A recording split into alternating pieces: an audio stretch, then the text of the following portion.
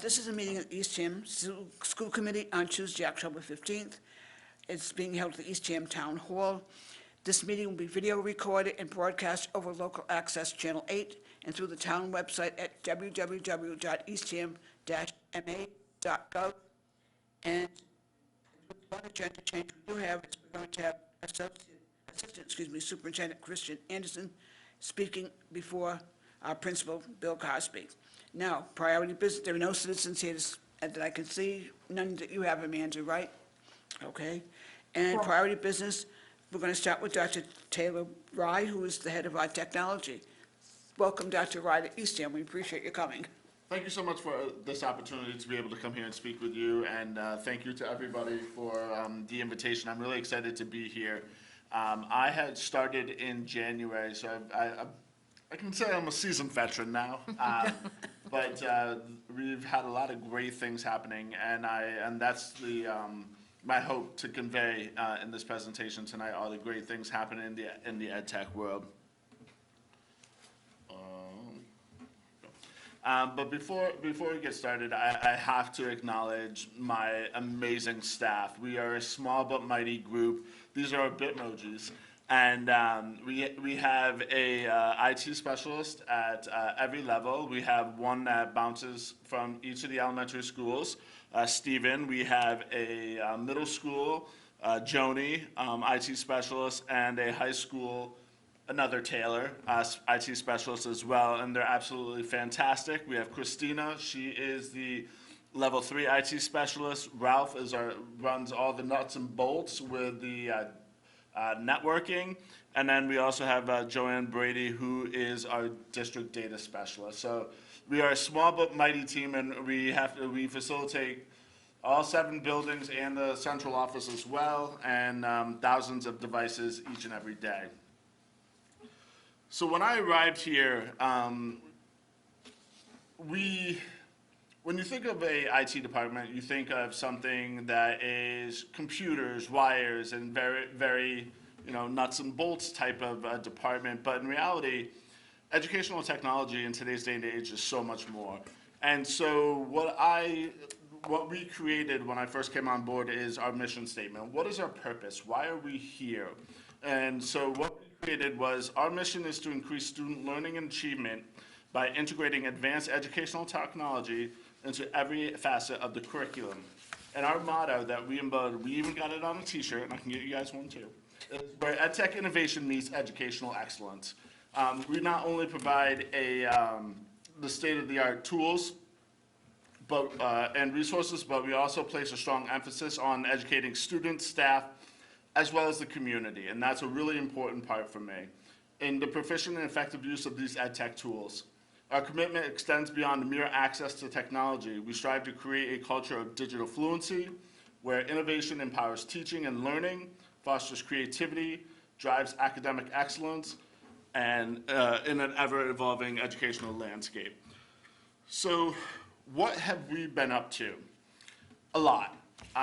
Since January, we have strengthened and created with the help of Assistant Superintendent Anderson, that we've created a robust professional development support network for teachers. We are modernizing the new communication. Hopefully you've downloaded the app and you have seen the new website.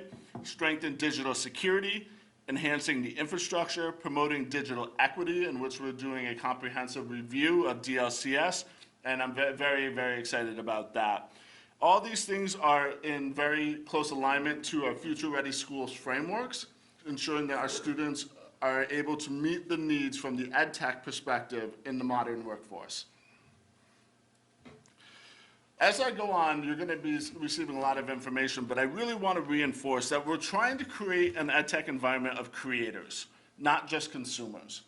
And EdTech should engage, enhance, and extend learning. So when people talk about screen time or being on devices, that perspective is of being a consumer, consuming information, not creating anything. So when we talk about EdTech, we want students to be able to show their learning, to engage their learning, enhance the learning, and extend it. So that's what we're talking about in that perspective. So the first thing that I want to touch on is supporting effective EdTech integration. So we ensure the interoperability between EdTech tools and district platforms to provide a seamless user experience.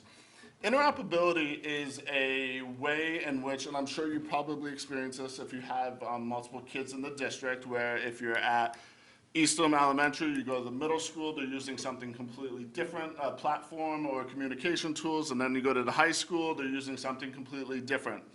From a teacher standpoint, that's stressful. From a student standpoint, it's stressful. And from a parent standpoint, you have people who are just like, absolutely not going to happen.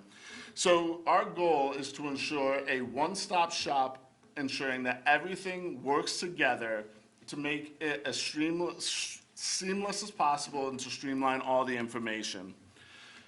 In addition, we have fantastic technology integration specialists, and at the elementary school, we have, especially at Eastham, we have an amazing EdTech coordinator who support our teachers in the classrooms with the various tools. So they do all the magic. They make everything happen. It's these tools that are designed to help teachers make their lives easier, but also at the same time help them engage their students in a way that's meaningful to students.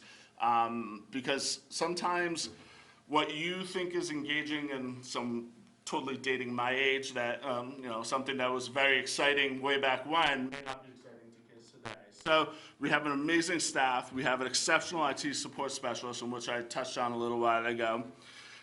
This year we are implementing district-wide professional development pathways, and on election day is our first professional development day, in which teachers were able to pick technology or EdTech as a pathway, and we will be offering various courses from Magic School AI, in which our district is officially a Magic School pioneer, in which we were one of the first districts in Massachusetts to adopt Magic School AI. This is an AI tool that is compliant with all the student data privacy, and it is created by a teacher, which is and I'll be more than happy to show you any of these tools at a later date.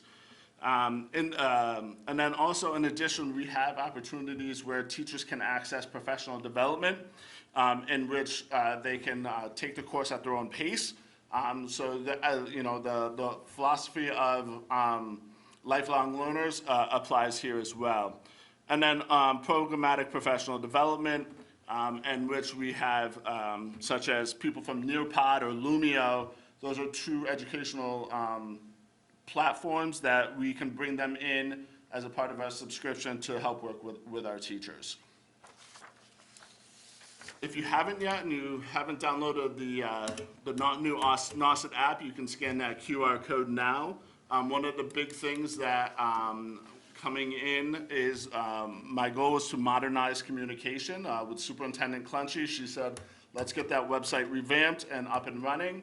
And I'm happy to say that we did it. And we did it in pretty fast record time as well. But it also allows us to centralize the communication, in which it is one website that if you go to any of the schools, they're very similar. It engages everybody on social media. If you're a fan of Facebook, or if you're a fan of Instagram, or a fan of Twitter, you can access the same information on those platforms as well. It integrates seamlessly. In addition, when you download the NOSIT app, you will be able to, depending on how many kids you have in different districts, you'll be able to have that one-stop shop on your phone. It's supported by both Android and Apple. And you can receive text messages as well, and notifications that Principal Crosby posted something, and then you can go and take a look at it. So it's there, especially I know I'm guilty of it with my kids sitting in the car line, looking at the app while I'm waiting for them. You can catch up on all the information. In addition, I know a big thing is people are always looking for Aspen, especially at the secondary levels, when they're looking for grades and schedules. The Aspen is also located in this app, so when I say it's your go-to place, literally everything that you'll need, even lunch menus, is located right there in the NOSIT app. And then finally, we are also using S'more, which is a newsletter template that allows for engaging ways to interact with the community members and share pictures. I know Principal Cochran does a fantastic job with it through Parent Square, but we will be transitioning to it's called Thrillshare through the Nauset app. So snow days, delays, bus issues, or any information that you need, permission slips, will come through that Nauset app. So as I said, it's everything Nauset in your pocket. We'll have news, events, documents, staff, dining, and notifications. It's all right there. You can select how many. If you want to get really excited and get a lot of notifications, you can select every single school. If you just want to have Eastham, you can do that. Middle school, high school, it's totally up to you. One of the things I do want to highlight is you don't necessarily see it every day, but we are increasing our digital security here at Nauset. Last year when I arrived, we've had a few phishing issues. I'm not sure if Assistant Superintendent and Clunchy informed you. It wasn't anything dangerous or chaotic, but it was enough to cause me a couple gray hairs. But one of the big things is ensuring that our students' data is safe. Our students are safe, not just physically in the building, but also digitally online as well. Massachusetts has some of the best student data privacy laws. And so every single program that we use, every single thing that our students are exposed to in the classroom are in compliance with these laws. And in addition, we have created digital archiving, so everything on social media is archived into a centralized location. We just installed new firewalls, which are, not to get too technical, pretty awesome. But it allows us to provide a modern, secure network for our students and staff. And then in addition, we've implemented two-factor authentication. Also, one of the things that I noticed coming in here is that Eastham may use one program, Wellfleet will use another, Orleans will use another, the high school will use another, and we're using all these funds to use different software, but that do the same exact thing. And sometimes it doesn't necessarily align with the approved curriculum. So what we adopted is a Learn platform in which it streamlines, and it's located right on the technology page of the website. It shows you every single software that's approved, every single software that is connected to our curriculums, and then in addition, it shows the security standards of each program. And you can really get into it and see which state approved it, which hasn't. There's a lot of detail. But we've created a centralized hub for all the educational technology. And then finally, a secured, updated infrastructure, as I said, new firewalls, Wi-Fi connections, devices, and telephones to basically just ensure that we are up to date and we're able to promote communication. And as we go on, as I talk about all these things, I'm sure probably in the back of the head it's, okay, how much is this going to cost? And of course, a child's education is priceless, and we will do anything to ensure that the students get the most and best education experience possible. But we do have an evergreen cycle in place so that we're not coming here and asking for a lot of money in one shot. We are phasing them in and out. So usually it's about every 5 to 6 years is the life cycle of a device such as a iPad or a Chromebook. And so that's one of the things that, and when it comes time to present the budget, that's one of the things that'll be factored in is, we'll be sunsetting some devices, but we'll also be bringing in new devices to ensure that students have access to all the educational technology that they need. In addition, this is scalability and adaptability. As you know, students are more connected than ever, and so if we're thinking 5-10 years ago, what is it exactly that connected to the internet? It was desktops. Now every student has a laptop, every teacher has a desktop and a laptop, and what's to come? Is it virtual reality, augmented reality? It may sound a little like sci-fi, but it's here. And so how do we scale it to support these devices on our network. So being very mindful and planning ahead for that. And then looking at equitable access to devices, ensuring people that have access in school and also at home as well. We have hotspots, mobile hotspots that families are able to use and take advantage of throughout the Nauset district, and ways that we can help support the families at home. And then ultimately ensuring that teachers know how to use these tools, because you can have a $1,000 MacBook Pro that's the latest and greatest, but if people don't know how to use it, then it becomes a glorified paperweight. And so that really, for us, is ensuring that the teachers know how to use these tools and use them successfully. And then, as I said before, we have a centralized ed tech management and interoperability, ensuring that everything works together. One of the things that I'm really, really excited about, we actually in Nauset and Eastham as well, has become the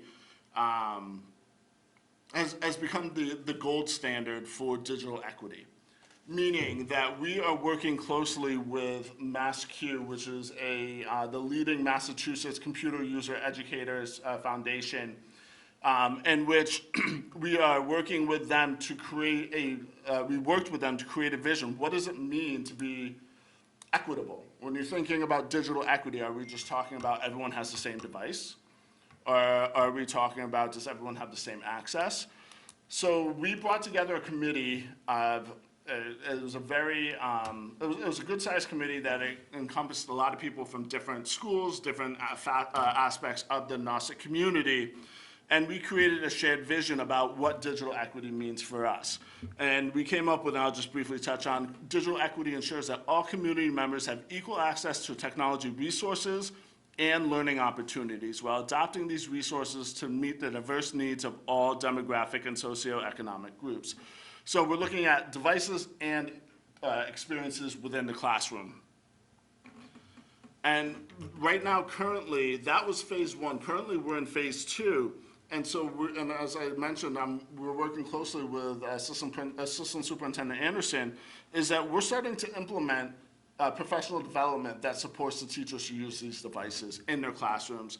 We're showing them ways that they can engage students from, whether it's a fun interactive game, I don't want to say names of specific software, but if there's fun interactive games, there's ways to do that, or if there's a way to organize your thoughts on paper, or even at the high school level using AI and helping as a study guide and tools.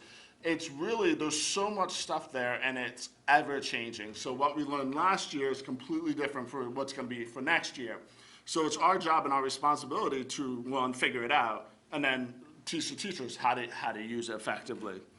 And then finally in phase three, what we're going to be doing is we will then do walkthroughs of classrooms to see it in action, to see if what we're actually teaching is working, and to get feedback, and then come back next year and say, okay, more teachers want more information on, let's say, Canvas or Canva. We can come back and retool the professional development and make it more strategic. Or if there's a lot of teachers who said, no, we've had enough of Google, like we'll move on to something else. We can be flexible in that regard. So I'm very, very excited. I also want to acknowledge that we are working closely with the Cape Cod Commission on the town side, and we are looking at ways to support community members and bringing everyone up to speed in educational technology. Because we do have these programs that we use, like I'm saying, the Nauset app, and making the assumption that everybody knows how to use it. And honestly, probably not everybody does. So how do we support those community members so that they have equitable access to these resources of communication and information as well? And then one of the last things I want to touch on is Assistant Superintendent Anderson and I, we just started the digital literacy, now I'm getting it backwards. Digital literacy and computer science curriculum review. And we are looking at what are the skills that everybody needs to have to be a Nauset student. We're talking pre-K to 12, ensuring that every student who is a Nauset student has the same skills when they go from grade 3 to grade 4, from grade 7 to 8, grade 10 to 12, 11. And so we have been selected, one of two districts in the Commonwealth to be a participant in Implement Massachusetts, in which the state is providing us an amazing amount of resources and support as we implement digital literacy and computer science frameworks. So we have a great committee, I'd say, about 10, 15-ish Yep. people, and it's all throughout NOSIT, from K to 12. And we're really starting to roll up our sleeves and dig into the curriculum standards. And so looking ahead, so all of that, we are pointing the direction in that we are going to start working on a technology department strategic plan. We're going to be, just like the district has a plan, we're going to be putting together a plan. What does it mean to support our students, both academically and digitally, cyberly, I guess, if that's a word, online, and that we can show that we are prepared for the next few years to come. And always, we are going to be working on effective and meaningful ed tech. So, as I mentioned earlier, artificial intelligence, virtual and augmented reality are a real thing, and it's coming sooner than later. And so how do we support this? How do we get our teachers knowledgeable and up to date as quickly as possible to, if they want, can use these devices in the classroom? Again, reinforcing interoperability, ensuring that everything talks together, ensures that like any data, such from MCAS to iReady, all talk together, so we have one stop where the teachers can use their time efficiently to ensure that they get the information that they need in a timely manner.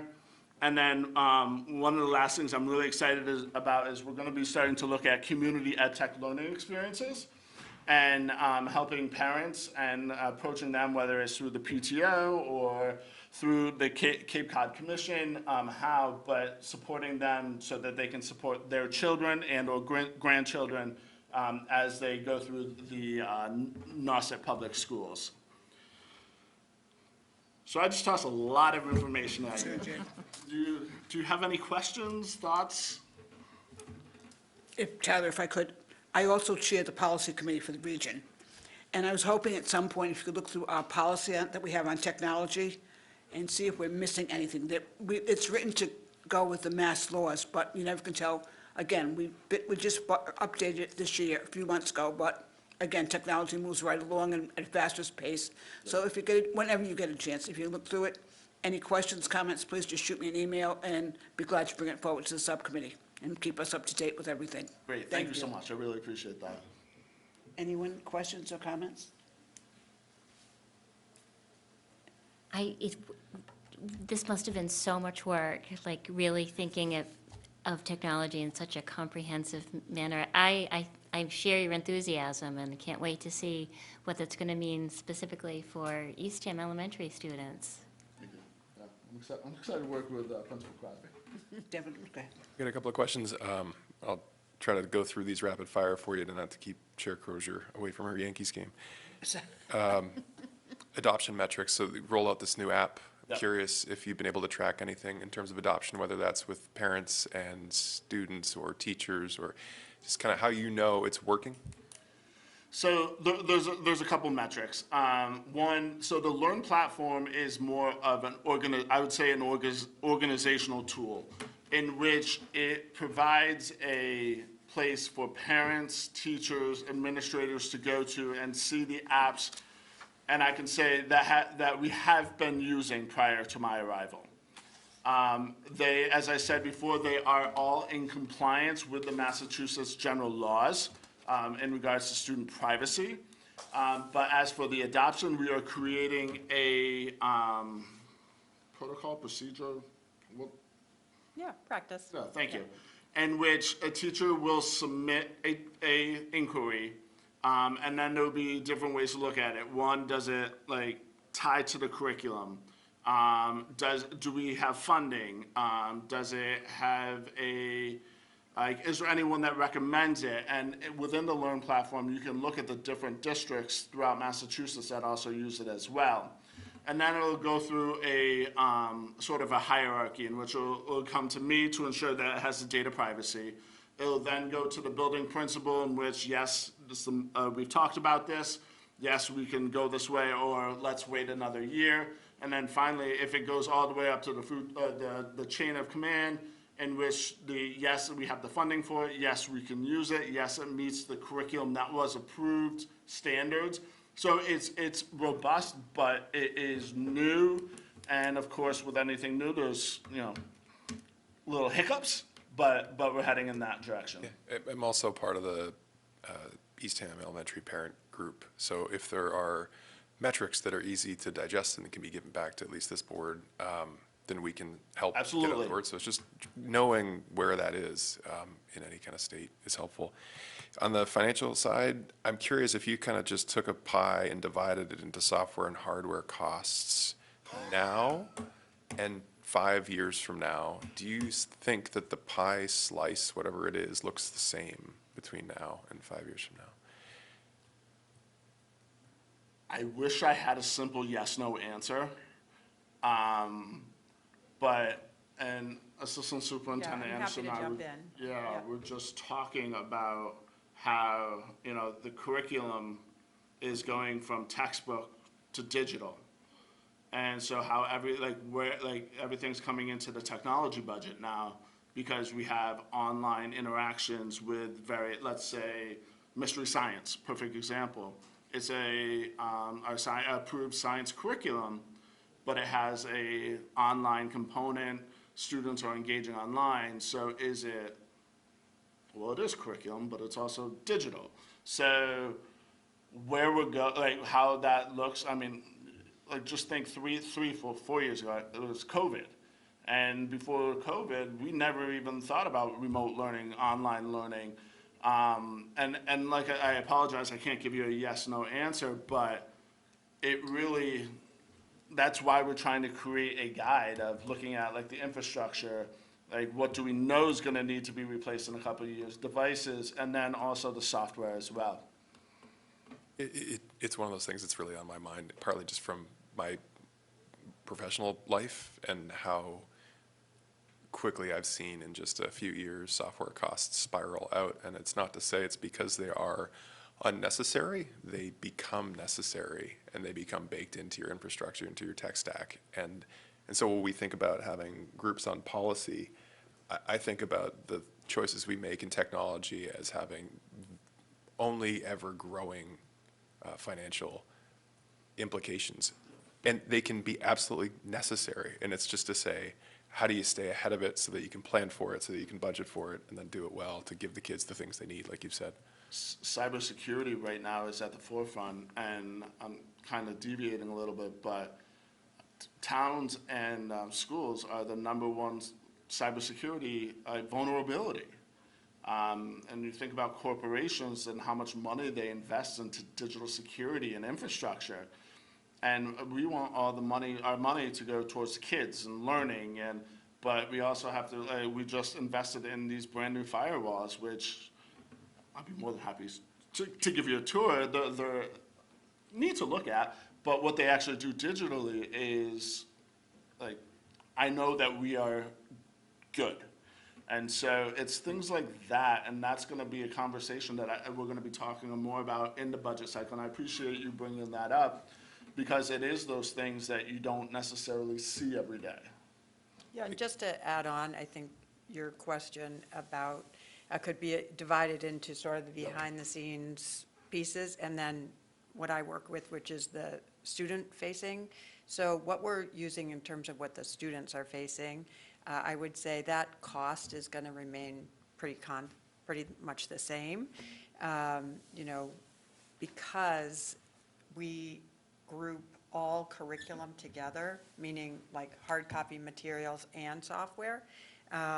So the shift that you've noticed is taking into account the power of software. So something like social studies or health, where literally in science, new things are being discovered all the time, and we want to give our students the most up-to-date information, then we're going to be looking for a usually a web-based tool that's going to give us more accurate information, as opposed to like a geography textbook, hard copy. So as long as you think of it as like one pool of money for curriculum, then I would say it's kind of Great. the same. Thanks. Yeah. The tough thing I will add is that during the pandemic, most software companies offered some amount of their curriculum software product for free to educators because of the pandemic. And that sort of got us, it was a Wild West. We were like, how do you educate? And we had to figure it out in a couple of weeks, 2-3 weeks. And so all these free platforms out there being offered to us were snapped up. And so then, of course, a year later or 2 years later, we get the bill. Well, if you want to continue using this, or if you want the premium version, which is always better, So one piece to that is, I think it's really difficult to communicate when you don't have a physical object to the taxpayers. It's like, we need 100 new textbooks, and everybody goes, I understand what you mean. Yeah. And I think this is just one of those things that becomes more difficult, but again, a thing to sort of articulate as it's part of our curriculum package. Last question for you, it sort of goes back to the first thing you mentioned about, a core challenge goal about using technology for the sake of creation. I'm curious because it goes back to your comment, and when we were looking through policy pieces, the piece that kept getting stuck on me was actually about the ownership of some piece of digital content, some piece of data. So it's not the creation of, it's nice to have, but it's a worry around. So I'll give you 3 different examples, and this doesn't really end up being a question as much as just a thing that's been on my mind, putting it out to the universe. So when I write an essay in class, I put it on a piece of paper, I take it home, it's my essay. When I write an essay and it's stored on Google Drive, who owns it? And what happens to that document anymore? Maybe a policy question. I don't know if we have tackled that. If I have my voice and I'm remote and I'm on Zoom, and do I have the ability to say that my image on Zoom, my video on Zoom, my audio on Zoom cannot be then further transcribed and compressed and used to be taken away for somebody else? Do we know? That's hopefully protected under the MASC data privacy laws. Protected, Perfect. But again, communicating who owns it to the person that's the student, the parent, to say this is what might be happening. And then lastly, if I search something on my phone on my personal device, but I'm using the NASA Public School network, what rights do I have, and what rights maybe do I maybe give up? And do I know that I have those rights when I join your network as an elementary student, as a parent, and where do I find that kind of information? Again, those kinds of things were what came out of the kind of policy discussion months ago. Yep. So I can tell you that my network manager and I have been having conversations in regards to that. We do have a not an FYI, but and I apologize, I'm totally blanking on the name of it, but a outline of what to expect if you connect to the Nauset Public Schools network.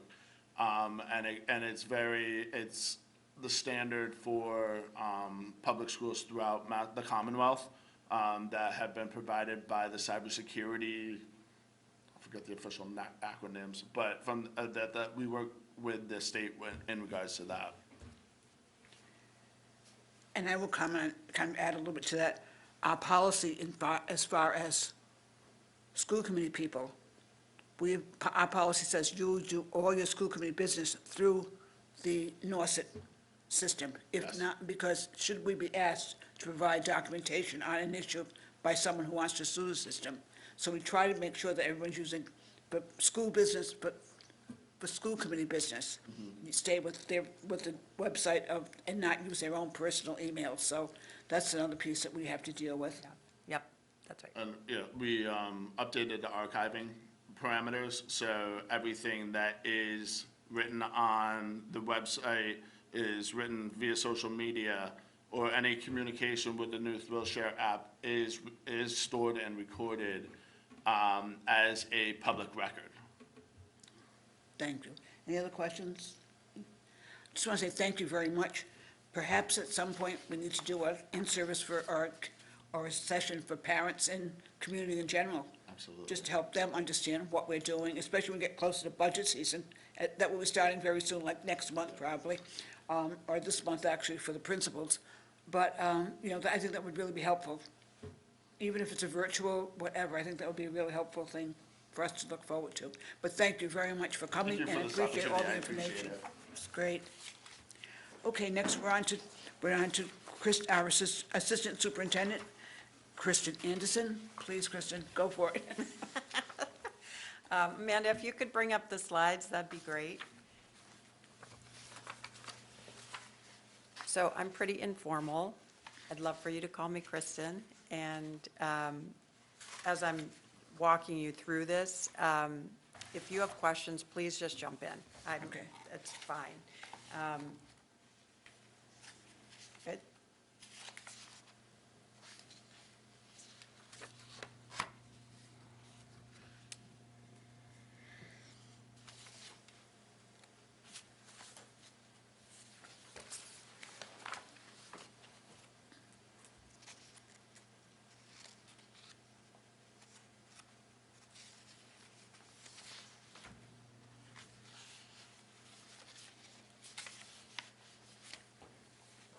Amanda, are you looking for my presentation?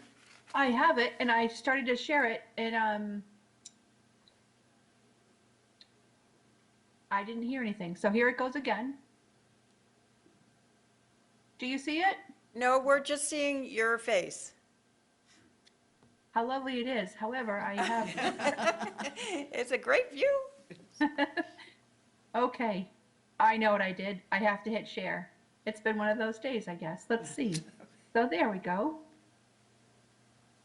Come on. Excuse my. There we go. Come on, share. I think that's much better. That's great. That's perfect. Thank you. Okay, let's go back to the beginning. Okay. So what I'm going to talk through is just 3 or 4 points of welcome in the beginning of the school year about teaching and learning, and then I'm going to dive into all the MCAS results.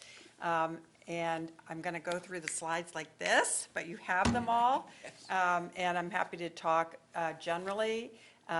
We changed the order of how we're speaking because Bill's going to talk very specifically to Eastham Elementary. I'm just giving you the sort of general overview. I'm going to talk about what happens with our graduates with APs, so from the high school, just so you see the trajectory of where we're going, and then a little tiny bit about professional development. But again, super fast, interrupt me. I tried to put lots of pictures, so you sort of get a flavor of what the schools are like. So next slide, please, Amanda. So first, I just wanted to say thank you to everyone for a warm welcome. There's Bill in front of this building when we were meeting this summer. So I came in July, met with lots of people, the administrators that were around, tried to figure out how this place works. And everyone has been just so accommodating. So it's very, very thankful for that. Next slide, please.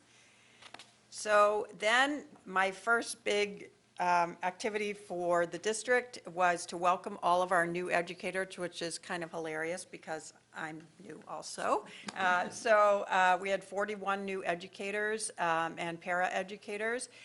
We are there in the cafeteria of the Eddy School. And after they've done 2 days of a Nauset Public Schools scavenger hunt, where they had to find out different aspects of our curriculum and different how things work and my favorite restaurant so far and just jokey things, but really trying to orient them who to go to for what, if they need supplies, if they have a question about curriculum, if they have a question about testing, where do they go. And so after about 10 pages of filling in a scavenger hunt over 2 days, they were rewarded with Nauset swag bags. So I wrote to the businesses in Brewster, Eastham, Orleans, and Wellfleet, and just asked them to make a donation to welcome our new staff. So these swag bags were rivaling those that they get at the Oscars. I mean, we have like gift cards, there's like beach towels, I mean, it was wonderful, wonderful, wonderful. They were really happy. They're a fantastic group, so we continue to hire the highest level folks. Next slide, please. So then we started the school year, and I can say on the first day of school and every week since then, I've been in every classroom, in every school, in classrooms in every school. So the first day I got to all 7 schools and the preschool, and since then I've just tried to, really figure out what's going on here, what does education look like, what are our strengths, where are our areas, growth edges as they call them.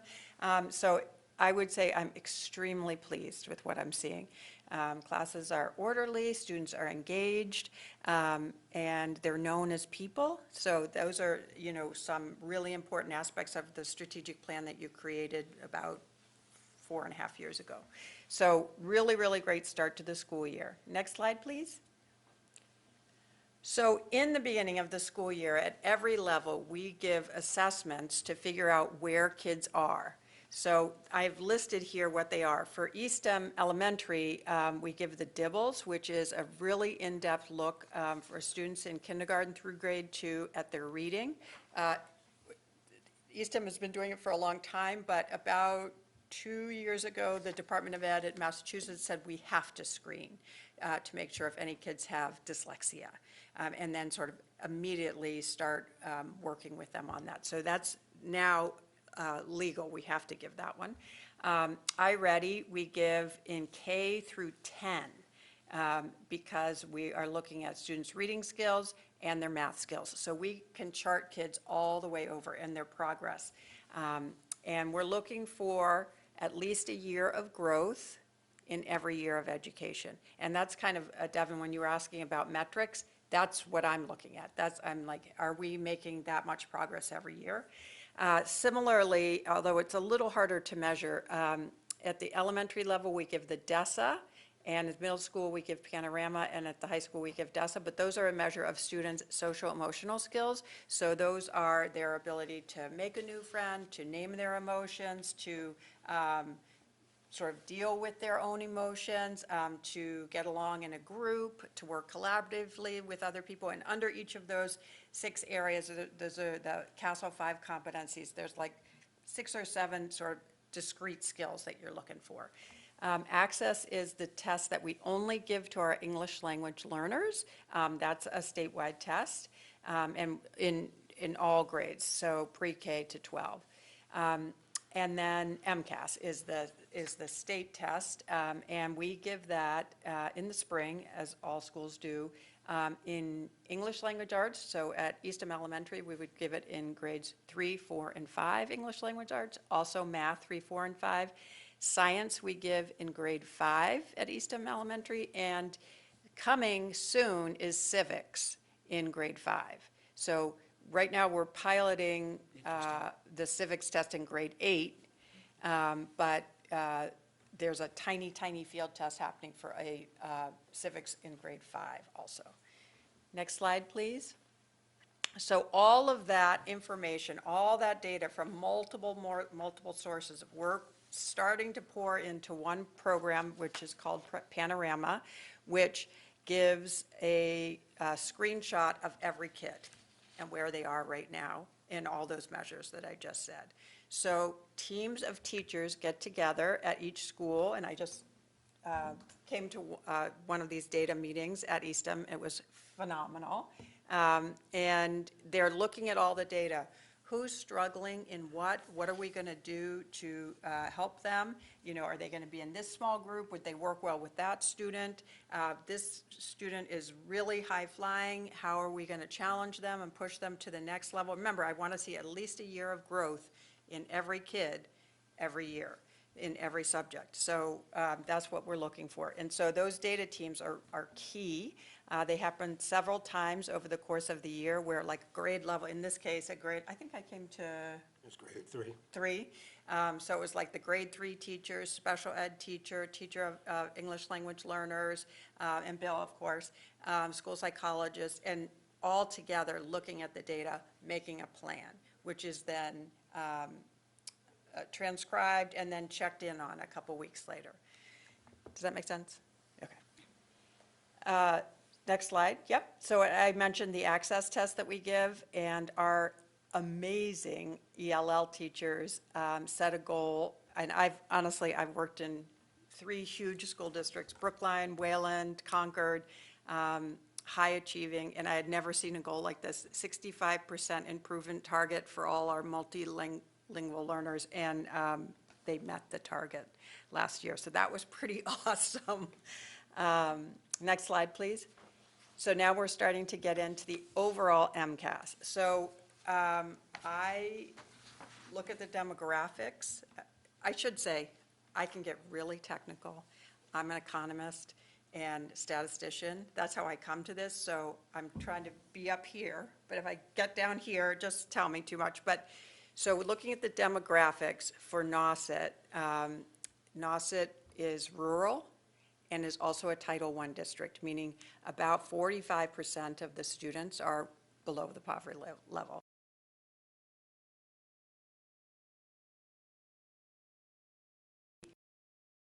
Below the state average. And I was really, really happy to look for the first time and see that the average scaled score for Nauset surpassed the state average in mostly every area. So where I thought we'd be sort of slightly below, we're slightly above. There's a few areas where that's not true, and we're working on that. But for the most part, and especially at Eastham, we're doing well. Next slide, please. So the key on each of these slides, I'm just going to go subject by subject, is just to look at the bottom line. So the top 2 categories students can get in meeting or exceeding expectations. Those are the green and the blue bars. You add those together. And so the Nauset is on the left and the state is on the right. So for English language arts, for example, 46% of our students were meeting or exceeding expectations, while 39% were at the state. Does that make sense? Yeah, okay. So all the slides are going to be like that after this. So the next one is math. So again, meeting and exceeding 39% at Nauset and 41% at the state. But this is because this is grades 3 through 8. And I think what you're going to see from Bill looks, frankly, better than that. We have some work to do at the middle school. So we just applied for a big grant to get some new curriculum materials there. Science, we are literally at the state average, which is good because when I asked teachers, sometimes at the elementary levels, science just isn't taught. It just, there's so much else to do in reading and math. They don't make time, but every teacher's classroom that I went into had it on the schedule for the amount of time that we would hope for. So that was one of the things I was looking for. So that was great. Next slide, please. All right, so I'm not going to go through this, but as I said, this is Nauset Middle School. There's some bright areas. There are a lot of areas, particularly in math, where I wanted to see better scores. So we're looking at new materials and in a different intervention system at the middle school. But overall, it's trending in the right direction. It could be better, but we're going in the right direction. And then I'm going to get into the high school. And this is, I'll just fly through this so you can see we do extremely well. Next slide, please. So that's just a shot. I don't know if any of you have been in the new high school, but that's like one of the hallways. It's a group of students and a teacher walking through. It's beautiful.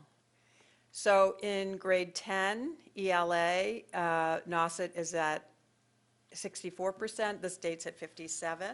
The next slide, please. Again, in math, 54%, and then the state is at 48%. And science, 49%, 49%, so right at the state average.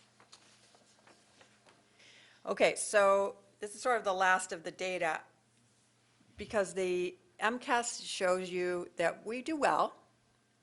This shows you that we go so far past doing well.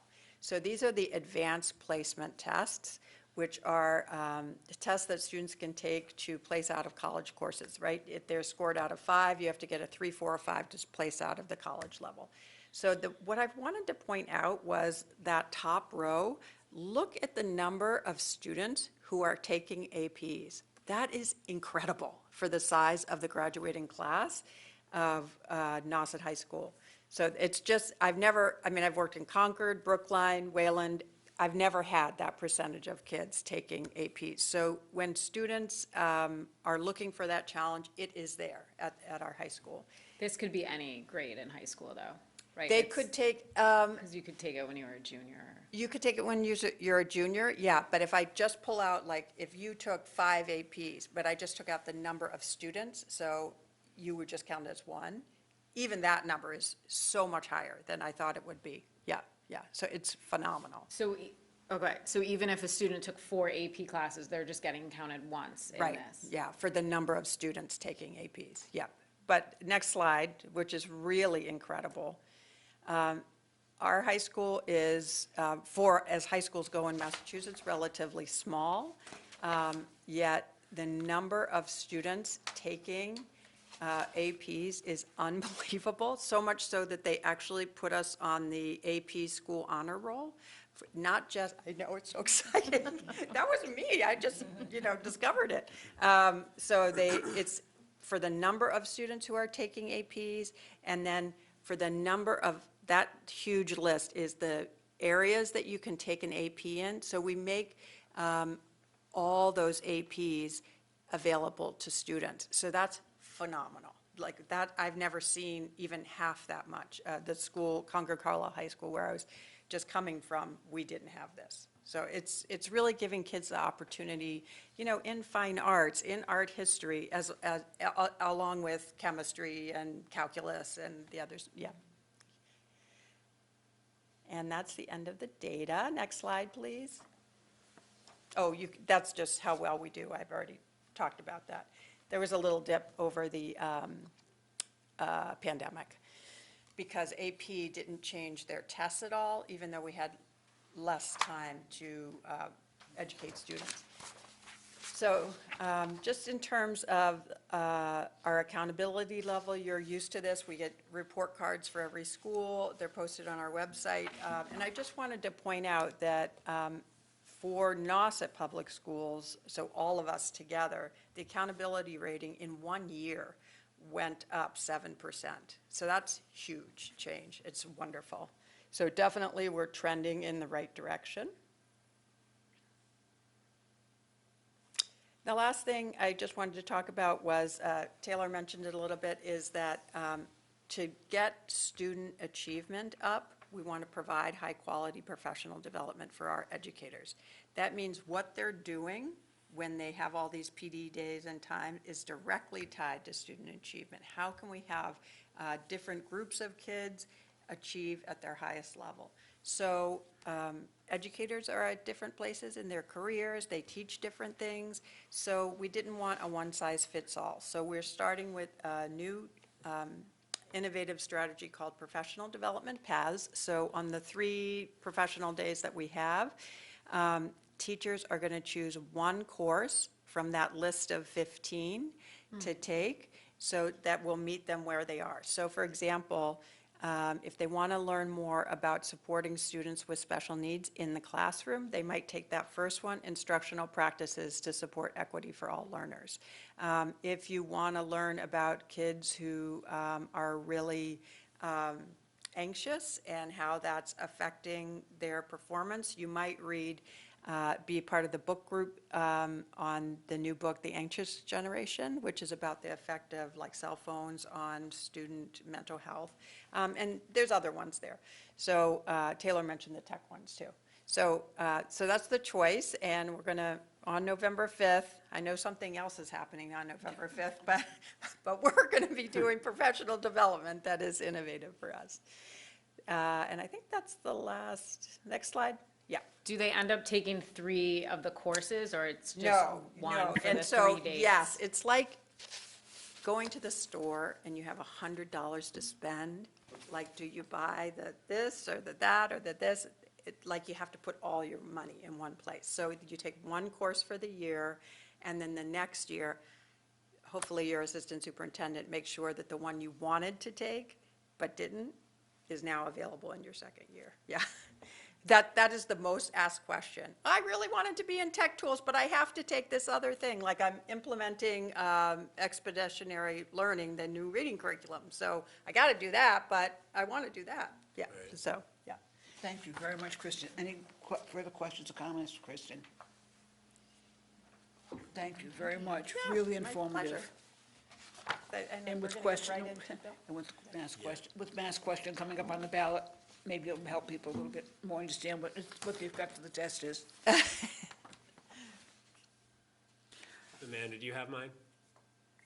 I am almost there. I have to pull it That's back up fine. again. Okay. Yes, and I do, you had the report though also, and so I could take time to answer any questions from, just my monthly report, right. if there was anything that anybody had a question about. And then I'll, again, kind of give a bird's eye view of what, how Eastham performed on the MCAS. Any How que- often are the all-school meetings? Once a month, Okay. yeah. And there should be one coming up too, I have it on my calendar, but and we alternate them on Wednesdays and Fridays, Okay. so. Is Did you that come to some- the first one? Is that, I didn't know, are parents invited? You're welcome to come, yes. And what has ended up happening is that we give out Beacon Awards. I heard about it. Yes, so. My the kindergartner was parents- the very pa- impressed. The parents that are, the children that are receiving those. Yeah. The teacher will email the parents and Right. say, hey, by the way, you know Yeah. what I mean? And then, of course, when the child sees their parents there, they're like, oh, I guess I'll get it. Yeah, yeah. So, that's pretty much the way we've done it, so. Got it. You get notifications from the teacher, you get an email from the school. If they're getting the award, yeah, I didn't know if it was like if your kid's not getting the award, are you supposed to go see them do whatever? But Well, it the depends who's- award was very impactful to my 5-year, like, Oh, she really? was really like, Right. you gotta act like this to get that award type of thing. Like, it really worked with her, so. Yeah, and I will say, I used to, I taught for 20 years in Sandwich, and we had a similar award ceremony. And, as teachers, you're always able to find something positive about every child in your classroom. And so throughout the course of the year, every child gets a Beacon Award, that would go through the class, so that everyone gets one by the end of the year. Oh, okay. Yeah, for sure. Kindergarten does things a little differently. They don't. I'm not rooting for my kid, I'm just saying I think it was a Oh, great, it's a great thing. It's been great, and and the things that teachers say about their students are just phenomenal, when they're called up each day, and typically, an arm is around as they're reading, and, it's become a highlight of the month for sure. Yeah. And then a classroom or teachers groups, take turns hosting them, so there may be times when, let's say, kindergarten is doing, or first grade or second, where they're going to do a little performance or read a poem or recite something that, the parents would come. Have you ever turned it around and have the students nominate a teacher or Oh, staff yeah. member? We've done some things in the past to get Beacon Awards. We did in International Women's Month, Miss Menza, I think every teacher in the building was honored. We'd put down a red carpet and did some, and I typically give Beacon Awards to teachers, but that's a great idea, yeah. All right, we ready? Yep. Yes. Okay. So, move on to the next slide. I guess I can control this, huh? For mine, because I shared it with her. Student growth percentiles, and taking a look at, where students are in comparison to other students across the state. And so they measure, change in achievement over time rather than grade level achievement results in any one year. So third grade is the first year that they've taken the test, so there's obviously no data to compare to the year before. So for example, a student that scores a 500 on MCAS in 2023, they'll be based with all other students that receive a score of 500 within the state, and then a growth projection will be made on all of the students that tested and received that score of 500. So that's the way students are compared across the state, and that's where their growth is seen as well. So just to give you, is that going to come up? Yeah, I don't think you are. I can't control that. I mean, on the next, oh, sorry, thank you.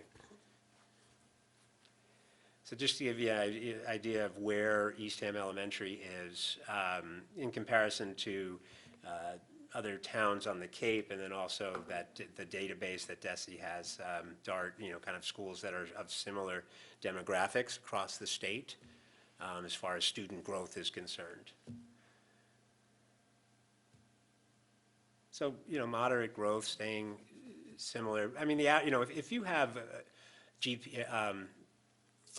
growth percentile, basically between 40 and 60, you're doing pretty well. So that's where Eastham is at this point in comparison to the other schools. And feel free to jump in and ask any questions. Next. So what does this mean? It's a great indication that our students are showing more than a year's worth of growth, as Kristen mentioned, in a year's worth of time. It means that our 4th and 5th grade teachers are providing instruction that directly leads to exceptional growth. Growth scores are only available, as I said, to grades 4 and 5, and it means that there's room for improvement. 50% growth is commendable, and the typical range is between 40 and 60. So there's always an opportunity for growth, right, for all of us, I think. Right? So next slide, please. And this is just how the scores that students receive on their MCAS. So if you're exceeding expectations, it's between 530 and 560. Meeting expectations, 500 to 529. So keep this in mind as we see how we did in achievement as a school. Partially meeting expectations, not meeting expectations. Next slide, please.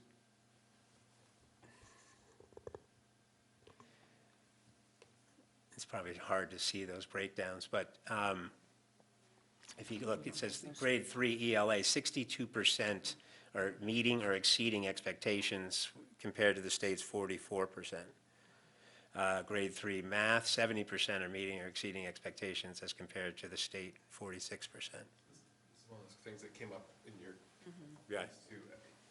it's a small school, right? It's a small sample size. State's a decent sample size. Exactly. So I was kind of surprised to see that there would be such a similarity in sort of shape of the figures. Do you know, kind of, as you think about this stuff year over year, does not the between us and them, but just within us, our students, do we see much variability in that shape?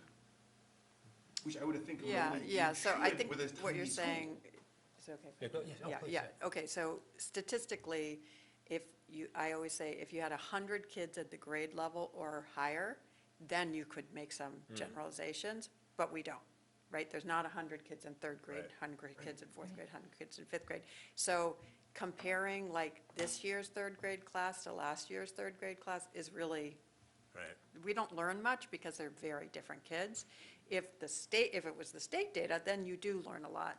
And I think what's important about this data is that your kids, the kids who are in 3rd, 4th, and 5th, have statistically been the most affected by the pandemic, meaning they were in K1 and sort of 2, those big, heavy learning to read years when they weren't always like in front of their teacher. So that was a real dip. That's the statistically significant. I think that's what you're asking is like, don't compare one class to another, right? You could. You could, but it doesn't make it, it's not a good comparison to spend time on. Yeah, I guess it's really just picking around, when you look at these types of trends, how much you're thinking about year-to-year trends versus how much you're thinking about within a year, us relative to the population. Yeah, so that's where something like iReady is much better for us with a small school, because we can track an individual kid's growth from year to year. Yeah. And sort of finally on the intra-school, kind of thinking about students' achievements and stepping in when you need to. What did you say, was it 45% of the population, the student body population is below poverty line? Yeah, it changes from year to year depending on who's in your school, but I think Eastham was It's like 60, 44. but I think it's higher. Is the, Higher, I thought. when you, Well, not for Title I, yeah. when you look at, not that that's shaping anything, but I wouldn't necessarily think you'd see a normal distribution of achievement. And I think that if you Oh, have, yeah, and so do we, but it looks like we do. we do. That's why I'm So what do happy. why? I guess that's where I'm kind of go like, how? I think what you're saying, like to put it in layman's terms, is generally, when you have low income, you also have low achievement. And conversely, when you have high income, you also have high achievement. And the fact that we're not seeing that, we're seeing middling to a little bit above middle with a pretty large low-income population, shows the value added of what the educators are doing. Yeah, Yeah. and trying to put understanding what programs are making that meaningful impact, because Yeah. it's tremendously important to continue to fund whatever that is that those things are. I think the secret sauce is these data meetings and all the educators coming together and like talking kid to kid to kid to kid. This is where they're strong and this is where they need to work. You know, this one has a great vocabulary, reads all the time, is really sopping that up. But when we look at something like reading comprehension, they couldn't summarize the story, for example. You know, and that's the same kid, you know, and we all have learning profiles like that. And so that's what the secret sauce is, I think, at Eastham, is like the educators coming together and really talking through every kid. I've never seen a group of kids so known as when I went to that data meeting. Yeah. Oh, yeah. And that's not part of the professional development time that's allocated to educators. That's just another time where that's happening. They're doing it during the school day and the times that they're not with students. Yeah. Yeah, we got substitutes to come, you know, to just cover the class for an hour so that everybody could get together and just kind of crunch, you know, Yeah. all the numbers. And Okay. and then we've started this year, we've had it in the past, but we call it WIN, you know, what I need. So we've got that a 45-minute block across all of the grade levels, you know. So if you needed enrichment, that you would go, you know, off with somebody in that particular time frame, or whatever your intervention, whatever you need during that particular time. It's that second dose, you know, of intervention or enrichment. And that's also highly unusual for an elementary school. You'll see a period like that at a middle school or a high school, like to go get extra help from your math teacher or whatever. They have to create that time. But at an elementary school, it's not about the program. It's about what the actual kid is actually doing with an adult. Yeah. Next slide, please, Amanda.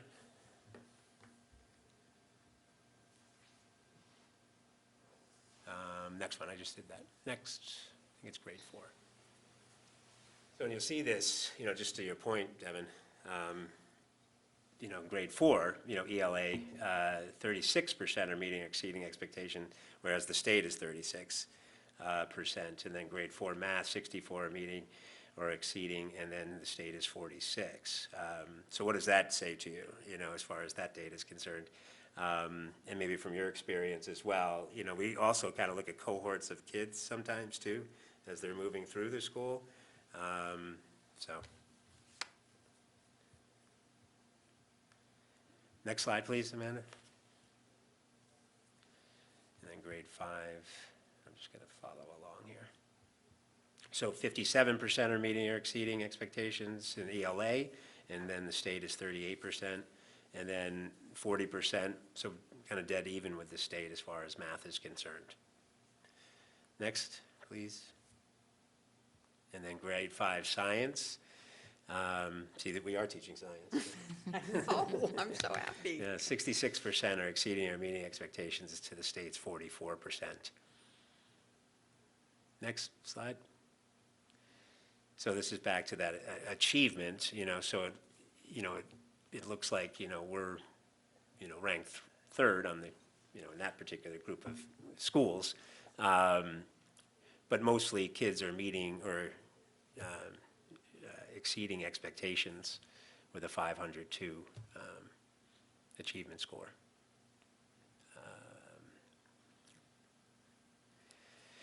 So next steps, as we were talking about, we have these literacy team meetings, and we do those intensive ones like 3 times a year. Take a deep dive into the data, And obviously, the MCAS data is just, you could just dive so deeply into that, from teachers to students to items, individual items, so you could really dive really deep into that as well. And then the supports, building design that addresses the areas of deficiency with ELA, that's what we do at our data team meetings. And then again, it's a daily formative assessment, constantly look at student data throughout the day and throughout the week and the months. And then we have either before or after school support. So every teacher, actually every staff member should be providing some sort of after school support at least once a week. And that could be depending on student need and availability and time for the parents. So that's how we did last year. Yay. Any questions, any more comments? But I just want to say how, dedicated the teachers are and how hard the kids work, really. And when you said another test in 5th grade, I was like, I know. so ELA, math, science, and civics, Yeah, right? yeah. So, yeah, that period of time, from, and you Right. you know too as well, Deborah. It just it takes time and focus, but and doing it now on iPads and things, it seems to be manageable, So we get through it, but the kids really work hard, and I'm proud of everyone involved in taking that test. So. Bill, I'll just make a comment. I did attend the open house you had in September. Yeah. And I have to say, you could just see the interaction between the families and the teachers. Yeah. The positivity was just unbelievable. And I was there early, and the place was mobbed, and it was really great to see. And the teachers, everyone in the school knows everyone by first name. The faculty knows everyone, and as does the rest of the staff in the school. And it's well received by everyone. I was really pleased to see that. Oh, Thanks, that's yeah. lovely. It's great. Sarah, did you have a question? No? Oh, I thought you did, I'm sorry. Anything else? Okay. I think we're all set. Thank you, Bill. Okay. Okay, now we're on to the meat of the program, guys. Policies. I hope you all had time to read these. These are the 3 policies we're reviewing. And then we spent hours writing and rewriting and everything else. Just so you know, this set of policies, which has to do with mostly discrimination in various forms. The difference between these policies and all the others, as we have to put procedure into the policy by law. We have to have procedures in, and the people responsible, they can be reported, incidents can be reported to if needed. I hope you've had a chance to read them. If you have any questions, I'll be glad to try to answer them. I was just curious on the process question, not the specific policy piece, but it seems like these ones, they're all things that had to get vetted with a legal representation. This one seemed to me like the most how much flexibility, I guess, is the question, could you ever have in these policies? Wonderful that we have them on paper now, fully supportive of it, but what else could it look like besides what you put down? We could not, these are directly from MASC. Yeah, okay, The great. Association of School Committees, because the laws are so specifically Yeah, written, we yeah. have to use those policies and follow those steps. And that was that came out of a couple of cases that went up, were held in other places where these kind of steps weren't followed, and a lot of Sure. negative pieces Yeah, came out of thank it, you. so that's why. My only comment was and I know these aren't checked for grammatical yet, but was just this, The grammaticals are being checked. This copy has not been done. or there's Yeah, the no, yeah. word, the PDF couldn't read Right, whatever that's what I'm that saying, was. yeah, they have been, since we've got these, we are Oh, no, doing now these- we're doing further grammatical checks on them. So these are these are supposed to be the clean versions These are the now? clean versions. Okay, but- so then there was this Yeah, I will issue. I will bring that too. can't- What page is that on? I can tell you on the PDF that Arlen sent out, it was 43, like on the, Which policy? I'll find it for Okay, you. and just give it to me, and I can get that corrected. That is okay. If everyone has no further questions or comments, you need a motion to accept all these policies in form. At this point, we'll be doing permanent next time. I'm gonna try to find it for you. You can just shoot me an email, Sarah. Okay. It's okay. I don't know how to tell you where it is though, because there's no page numbers. So you need a motion to, Motion to accept the policies in form as written. I make a motion to accept the policies in form as written. Thank you, Sarah. Second? I second. Devin seconds. Any further discussion? All in favor? Aye. Aye. Unanimous. Thank you very much, all of you, and I know it's a lot of reading, and a lot of my nonsense to go through. Okay, the expenditure report that we have from Giovanna. Giovanna cannot be here this evening. It's demonstrating, spending for this, the beginning of the school year. If you go through it and you find any specific questions, please email me, and I will get the answers back to you from Giovanna. Okay, but I think it's pretty clear, where the dollars are being spent so far and where they hopefully will stay in the black this year and have to go looking for other financial resources. Last year was a very difficult year for that for us. So again, just let me know if there's anything that needs to be clarified for you. And the next piece of that is also the budget timeline. And I was talking to Giovanna today. I plan on sending this to the FinCom now, so that they know when we're preparing our budget. Because they worked so closely with us last year, Kristen. It was amazing. It was really a very positive experience. It was really good. So I'm going to I'll email this to Mary tomorrow, and that way they'll know when we're actually, what steps we're doing, when we're doing it, and when by the time we'll need it for voting. And everyone familiar with this form, to know the format, to know what it should be, and it's in that packet. Okay. After that. It's just a basic timeline of when the different pieces have to be put together by. So we don't have any extra meetings to, No, it'll be part of our monthly meetings. This is it. Right now, we're starting with the, principals have to start it, and then the COs, go to central office, and from there, it'll be presented to us. Usually around, I want to say it's usually around December or January, we get the first copy, the first right, this format. is the December meeting. Doing it in December, December this December, year. right. Yep. getting it out earlier. Great. Okay. Now, the MASC conference. Is everyone going to MASC conference this year? I You can't. can't. Are you going, Devin? Planning on going. What I need to know is someone going to be able to go Friday to become a delegate to the delegate meeting? I cannot, I'm going Thursday, I'm tied up Wednesday and Friday. I mean, I will be there for charting the course. Right. I believe is in the afternoon. Right, and delegate meetings it's later afternoon usually. Usually it's after, I don't think I have the actual timeline of the conference. Isn't the way we do it, we send the person that's not at the meeting? What's that? Volunteer Monica, since she's not here. Right, it's a wonderful meeting to have to attend to. From experience, I speak. If no one can go, it's not, if someone cannot go to it, it's okay to. It's good to go to, but if you're not unable to, just so you know, what the resolutions mean, the MASC is going to send these on to the state, the House of Representatives and Senate for the state, requesting that at some point these be put onto the ballot for approval or into law and approval by the citizens of the state. These are not going automatically into law, so just want everybody to be aware of that piece.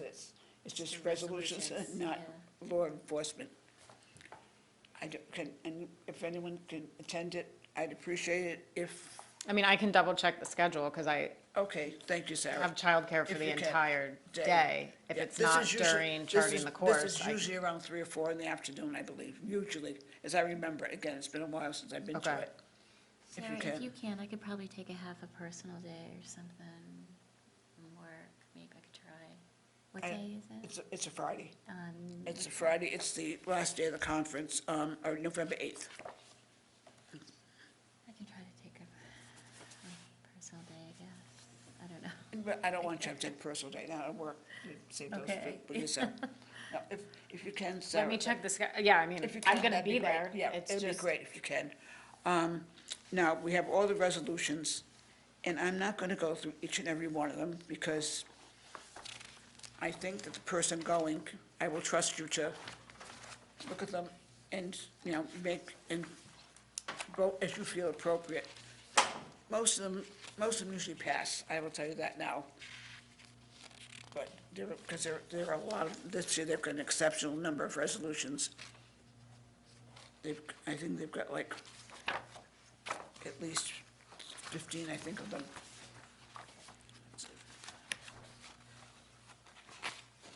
So, or maybe they don't, resolutions 4 and 5. Yeah, they do, there are quite a few of them, yeah. So, I will, if you can attend, that's great, if you can't, do not, if you are gonna be going as the, able to go, as our representative, make Alan aware so she can notify them if they give you a separate badge for this meeting. It's the delegate assembly? Right. Okay, so that's at 3:15. Yeah, the charting the course is 1:30 to 5. Oh, so you're not able to attend it then? No, unless No, I okay, say, can no, I that's leave the okay. course? I've never done it. No, I don't understand the personal date, no. Devin, are you going down on Friday? Would you be able to attend this? If you can't, I understand wholeheartedly. Yeah, so far so good. Okay, so if you are there, again, if you are able to do it, let Alan know so she can get you the badge, because it's a separate badge for this one. But thank you for doing it, I really appreciate it. Okay, let's see. The last thing we have on this part of the agenda is the superintendent search committee. As you know, we're losing Brooke Clenchy at the end of this year, unfortunately, and a search committee will be formulated and start soon. Sarah has volunteered to be our representative for that committee. Does anyone else have interest? I don't want to just say Sarah can have it without asking everybody else. Because you have it, Sarah. Thank you very much for doing that. And as I told you, I'll be glad to help you in any way I can. Great. If you need help. Thank you. Thank you. Okay. Did we have to vote on that? No, we can just name, Okay. as long as it's just one person, we can just name somebody. Okay. Yeah, and you are the one person who's greatly volunteered. I was going to, but I thought, I will not be here after this year. The persons who will be serving under the new superintendent more appropriate to be the person there, working, selecting that person. I'll be glad to help with the extension when it gets to the extension stage of it. Okay, thank you. Let's see, okay, future agenda items, is there anything in particular anyone would like to hear discussed at our meeting? Any particular item at this point? No, we're all set? Okay. I can, on number 5 before future, for reports and info. Oh, I'm sorry, skipped it.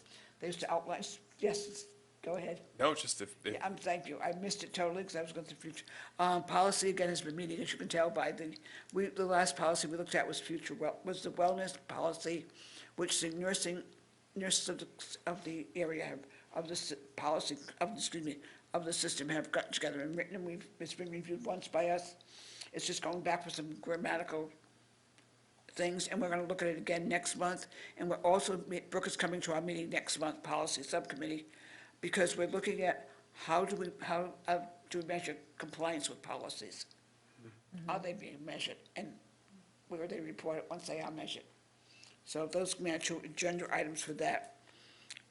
Anyone else have, Bill, did you have a parents' meeting? There was, yes, Devin, you were there at the parents' meeting. planning dances and skating events. Sarah was there too. Sarah was there. That's right, two parents here They're all now. there. There we go, let the parents report on it. Okay, parents can report on the meeting. Well, was that your first big parents' meeting? So Yeah. if you Very want well to, you want to have some, that's the thing. So for perspective, like I haven't seen that many people at a parents' meeting before. There had to be 30 people there. Yeah. Well, that's great to hear. Yeah. Really is good to hear. Looking to do stuff. Yeah. It's even better, it's even more exciting. Yeah, I mean, well, I was just surprised that the committee of, the formal committee was like, oh, this is a great attendance amount. I mean, there was seats for everybody. So I guess it's, and I think from the pandemic, it lost some momentum. So hopefully it's going to, In the right direction. yes. Thank you Yes. very much, both of you. They Yes. also, they're smart, right? They had a few people giving hands for childcare. If you just, you could use the gym for a moment if you needed it. So what do you know? People that have kids can come and contribute. Yeah. Makes sense. That was really That's good. great. And I, Got some things planned upcoming, right? There's a Halloween dance, I believe, coming up. yeah, there's something every month. Halloween dance is on the books now. Yeah. Can bring siblings. Each month, a different grade level representative will have something, so Is the DJ, same DJ coming for the Halloween dance? don't believe that's gonna happen. I don't think so. Might be a new mystery DJ. Devin's got his playlist ready. Oh, just let Finny run the show. She's got a better taste in music than I do. Yeah, that was effective. The other piece for my end was the Cape Collaborative. Yes. An executive director search is ongoing. They're down to finalists, and the finalists have given their 1-hour presentation on their vision, and so they'll be voting next week to It's taking Paul's place, I assume. take Paul's place. Yes, yeah. So he'll be missed, he's been there a long time, Paul. So it sounds like. This director of the Cape Cod Collaborative. Excuse me, dry throat here. Let's see, any other committee meetings? So I was assigned to the Behavioral Task Force, and I reached out to the woman about it, and she said it's undecided whether that group is going to be around or continue, so there was no meeting. That's what I told you then. I didn't realize we'd assigned you to that. Oh. Wellness, you've got wellness, right? You went to wellness. I don't know what I have, And so. then you have wellness. I okay. bet the list that we received from Alvin has the committee is listed on it also, except they for transportation. I said, no, it's not in transportation. And transportation hasn't met. Excuse me. Transportation meets tomorrow. Oh, We have a school improvement council meeting this week on Thursday. thank you. That's my next question. Thursday. This is your first First one. first one, right, for this year? Playgrounds and nothing but playgrounds, that's the agenda? No, not for school council, Oh, you no. gotta take a look at our school improvement plan. It's a school improvement plan. Revised. It's a busy meeting, really is. Thank you. Okay, I think I've covered all the committees that have met at this point in life. Thank you. Okay, so the next item is approval of minutes from September 17th. I make a motion to approve the minutes from September 17th. And that's Sarah. You have to use your second. name, just use your name when you second. Okay, and Deb Raymond, second. Okay, thank you. Any discussion? All in favor? Aye. Unanimous acceptance, thank you. The last thing we need, we have our meeting dates there. The next motion is for adjournment. I make a motion to adjourn the meeting. This is Sarah Higgins. Second? And Deb Raymond, I'll second. Okay, all in favor? Aye. Thank you very much, folks, for all your time.